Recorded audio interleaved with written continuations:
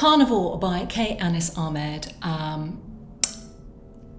In the cutthroat world of restaurants, you have to get a little creative.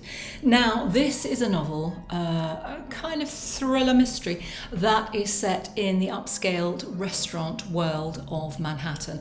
It goes back to Dhaka a little bit, where Kash, our main protagonist, comes from. It is a very odd novel, this. It is very well written.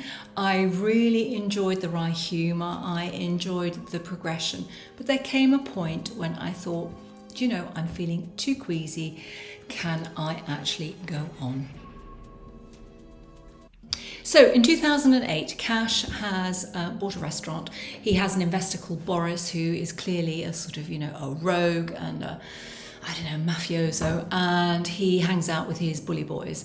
And he decides that when the financial crash happens, he wants some of his money back.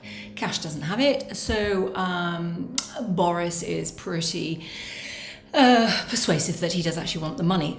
Kash then has to sort of think, how am I going to get some money in order to pay this man off? And so he thinks about what he can do. He's obviously a very talented chef, and he knows that there is a group of very high-end people who like to dine in exquisite surroundings and dine off things that are very, very unusual.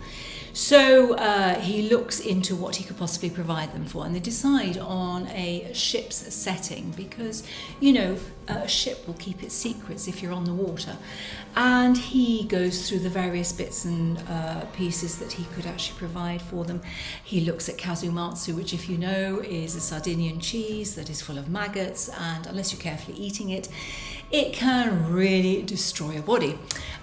So he decides he's going to go one step further. Now, the cover might give you a clue as to where he starts to look. I found it very kind of engrossing, but ultimately I thought this stepped really over the line of storytelling, and the concept for me just wasn't for me. I don't know. I think when you have a book, you think, well, who would I pass it on to, or who would I recommend this to? And I can't think of one single person that I would say, you must read this. It is a skilled storyteller here. It's just that he's chosen a very weird subject and a very kind of gross subject.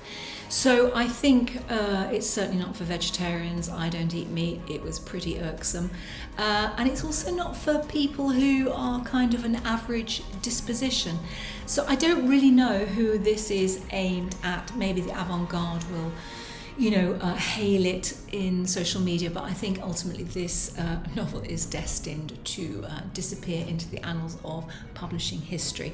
It's a shame. He is a good writer, but this is not a subject I think that generally will appeal.